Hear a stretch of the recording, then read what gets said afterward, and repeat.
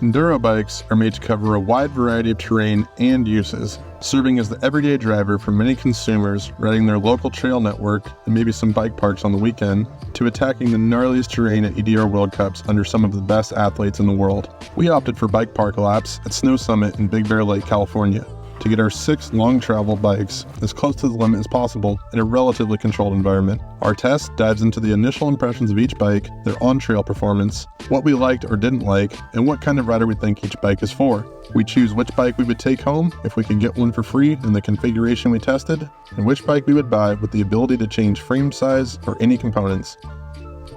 In this video, we'll be talking about the Trek Slash 99XO Access T-Type, and it looks like a session. Well, kind of. Being released the day we arrived to our test session, the Slash was certainly a head-turner in the lift line. It's all new for 2023 and littered with Trek's latest tech.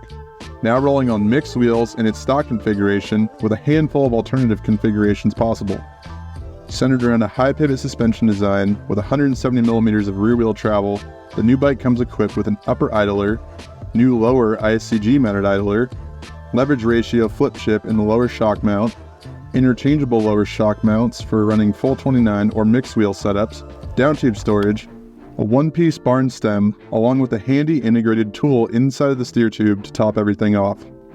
The 6th generation Slash sees many changes from its predecessor, most notably a high pivot suspension design that increases rear wheel travel up to 170mm with a 170mm fork.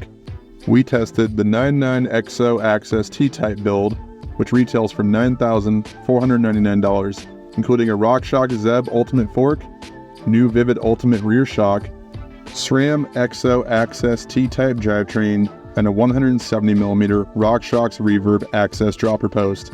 Trek's own Race Shop Limited one-piece bar stem combo was certainly a love-hate component, but the Bontrager Line 30 carbon wheels are a welcome touch and the lightest wheels set in the test. Trek chose to use a 19-tooth idler pulley to create a higher anti-squat value that would eliminate pedal bob from the rear suspension while remaining highly active over small bumps. The frame also features Trek's active braking pivot to keep rear suspension active under braking. The Slash landed in the middle of the road in terms of sizing with a 513mm reach and slack 63.3 degree head tube angle. 1311mm wheelbase with size-specific 439.2mm chainstay length made it the second longest bike in the test. While it was not the quickest climber, the 76.7 degree C-tube angle made for an efficient pedaling position when pointed uphill. This bike has just about every advance in mountain bike technology from the last 5 years rolled into one. With the exception of the headset cable routing everyone loves and ditching the knock block, are all these advances worth the wait, or is it all hype? It's got a lot going on in the back, right? So you've got high pivot idler, you've got low idler, it's got the new transmission stuff. Yeah, we got interchangeable lower shock mounts, we got adjustable head tube angles, we got ABP, got a front and rear fender, storage, integrated tool in the steer tube, missing because he rattles a lot. For the first half of the day, Johnny's just like, yeah, what's that noise? What's that noise? I think this chain slot protector is pretty cool too, how it's kind of cut. It's a really cool design that kind of eliminates that side-to-side movement too that would normally scuff up this or just create more noise. Right? Yeah. You can see it's working. The derailleur isn't moving at all. Yeah, which is pretty cool. Pivoting around that lower pulley. Which is what that's specifically what that's for, is MRP designed it for high pivot bikes, so the derailleur isn't. This might have been my favorite bike of the test. Or at least, if I were racing, I think this potentially would be the bike I would go the fastest on. It was immediately confidence inspiring for me. I feel like the rear suspension design worked really well, especially with the smaller wheel. I feel like I'm a tall enough guy, we all probably are, where a mullet setup is not necessary.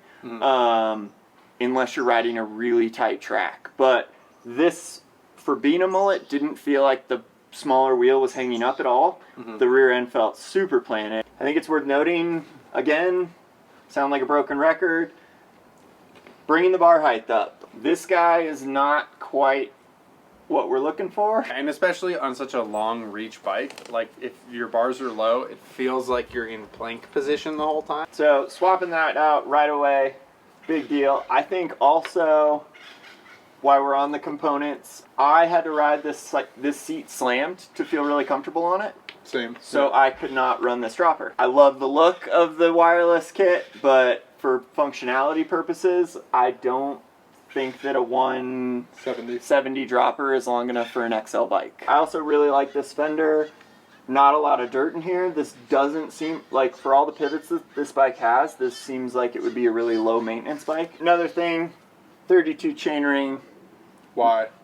I would love to see like even a 34 on the front of this for me. When you have this Axis rear derailleur and you have a 27.5 rear wheel, I could ride this with a 24, or sorry, with a 34, no problem, and climb steep fire roads. They didn't do headset routing, which is really nice. It is an adjustable head tube angle, which is really nice. Yeah.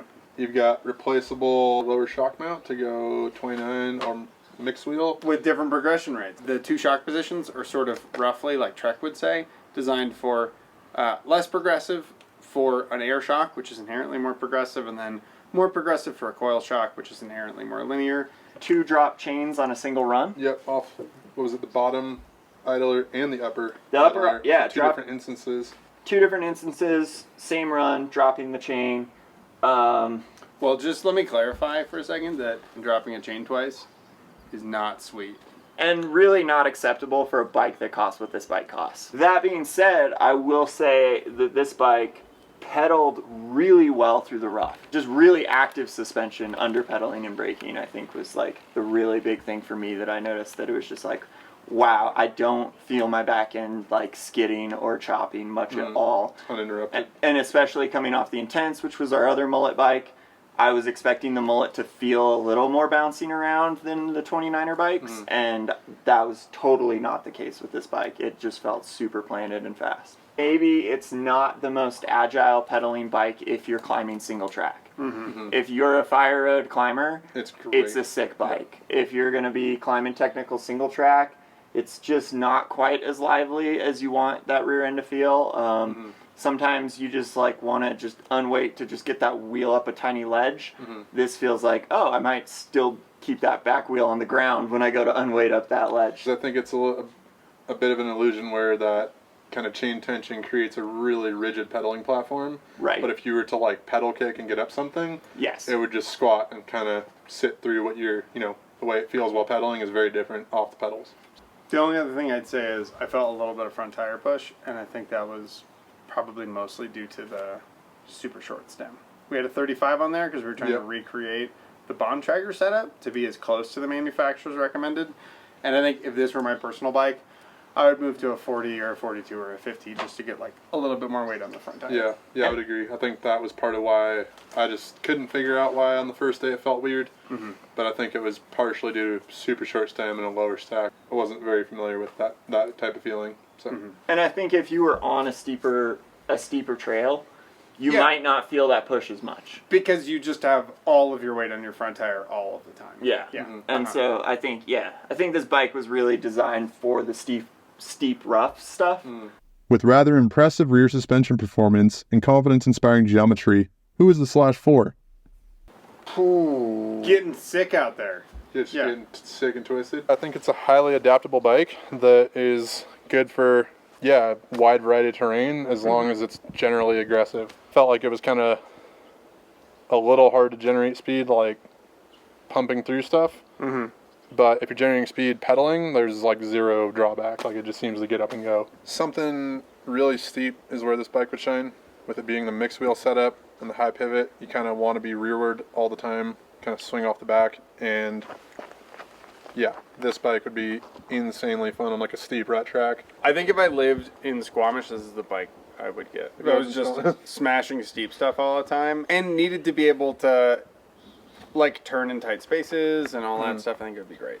I want more time on the Vivid to figure out the spring rate or reducers or damping or something, because it just always was harsh a little bit. And that was I was really excited to try it and I wanted to like it and I never got it where I wanted. So I think that's probably a fixable problem, but it wasn't just easily solved by turning knobs or playing with pressure. I think this would be a good Squamish cross country bike.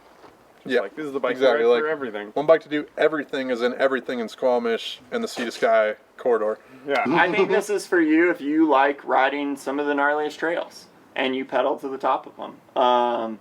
It's kind of a bit dead on maybe the more light duty trails that you have to carry more speed on. It didn't feel quite as responsive. Maybe, with how versatile this is, you get on a more wide open track, maybe you throw the 29er in the back, swap the settings, and it's a pretty versatile bike. I really liked it. The moment that I got into the steeps and the rough, it just felt like I could just let go of the brakes, look ahead, and just ride it out, which I really liked.